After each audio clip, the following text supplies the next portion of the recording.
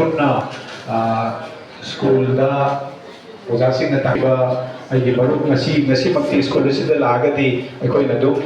school libaduni na akoi na lawjari bani thamoida aduna agi marup koina kai khona buli marup si airport gi thunga besu kuidri bani thamoi le le bo phum khajiktan ngasi gi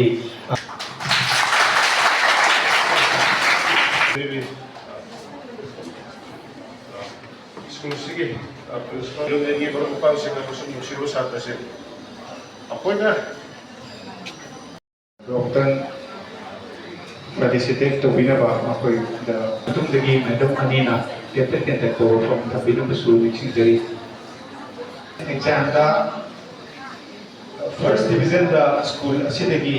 ma koi bulli me da uja sing na budi loile khambire yoga koi alumni ki members sing chupun na khamina na bagi da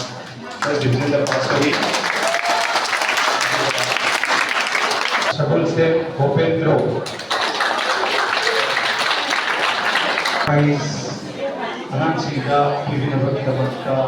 kegiatan handisi.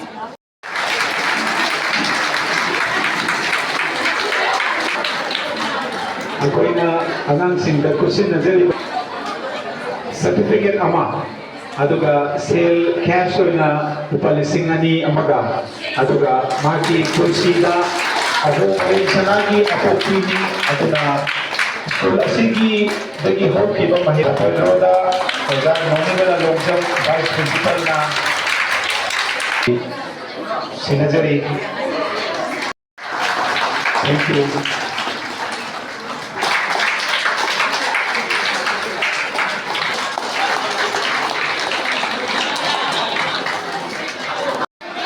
atagi home science department ka subba Ana solution nabi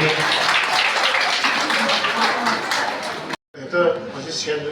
yang piba nanti kalau nanti encouragement tu begini sam dah ada apa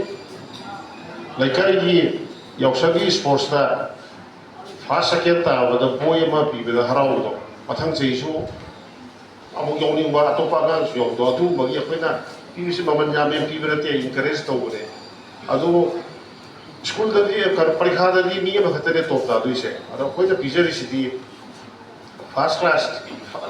ke pijak ni na school dah tapi bos sahaja pilih mo first class mau ya itu na. Aku insentif se offer to all student. Si mah kami ro first time pijak nanti first time betul tak boleh. Adu na sida ni bos sahaja pilih mo se matang sekitar first class mau tadi bisa mau susah ni itu mau ya. Adu na aku Masih yang apa pasal ni mereka nak pergi ke rumah ibu itu tu pasal kan lesali.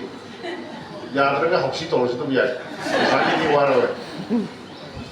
Ramai bagi apa bagi developer na bagi hari ni. Atau apa tu yang nak lingkungan school orang pe. Apa itu tambah tambah lingkungan makukti orang itu tu macam apa biar.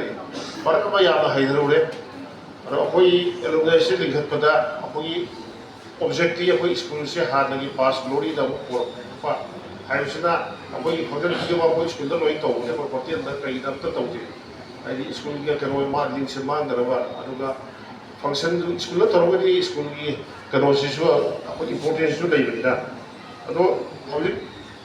hari ni cepat sahi और बदली हम इतनी first class अभी first class ना तो जो pass rate से हुआ गया mamang ini sahi dah dia ni kumat hui piun tau 24 atau 25 tadi atau hadati hitan masing handare atau ramla marsi sales ro koi wari mo hitan hai jage apoi ne tabu matam da lupa ki school oja lupa ngata apoi loran dai da oja lupi ma ni yaw hoji ti oja lupi wore satri yawe adu na kasai lupa ga to wore badagi hoji lupi na dominate to ro da mali pi to ko ne si lupi no wi da mathangi sahidadi 12 thadoi se dupi me absolute thador me da moi maratagi mathang sahida price ko da mi yam yauni hebsi ko da sa tong jere ko paisa khaijat na ba ho jere ke mathang sahigi si se ha da ko mathang salu lo jere